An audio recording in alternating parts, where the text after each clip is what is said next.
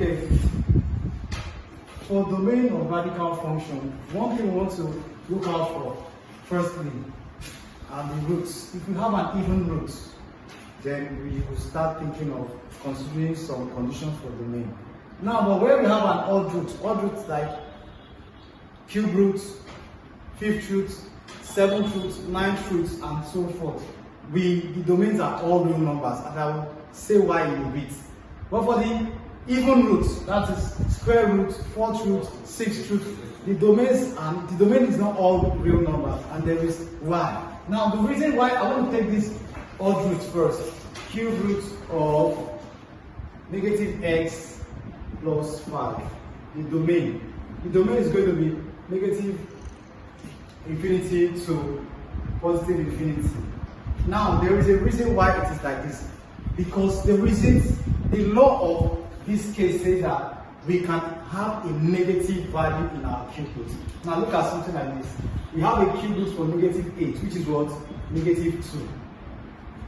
The cube root of negative 8 is negative 2. But we cannot have a negative number in an even root. In an even root, we cannot have a negative number. So in a case like this, for the odd root, there isn't a value of x that we are going to impute that will leave us with a number that the expression will be undefined. Or because if you have a negative value here, it's going to be an imaginary number. If I have a negative value here, if I take this one, if I take this even root, watch.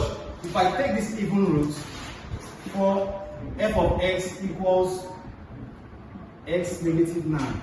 If I set x equal 2, let me set x equals, it's going to be 2 negative 9. What will I get?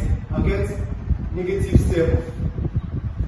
Negative 7. Let me pick a number that is straightforward. If I set x equals 5, let me use 5. I'll get what? 5 negative 9 is what? Negative 4. And this is going to leave me with an imaginary number. Where square root of negative, it's going to be square root of negative 1 times root 4. Square root of 4 is what? 2. Square root of negative 1 is what? I. So this is going to give me what? 2i. And 2i in our number line is here. 1, 2. This is 2i. But we are talking about our number line, not the imaginary line. This is the imaginary line. This is our real numbers. Where we have 1, 2, 3. Here is I1. This is 2i. And 3i and that. This is negative I. Negative 1i, negative 2i. It goes down like that. This is positive 1, 2, 3, 4, 5. Counting. This is negative 1, 2, 3, 4, 5. So here is positive I going up. So this is going to give us an imaginary number, and that's not what we want. So for an even root, we cannot get a negative value inside the root.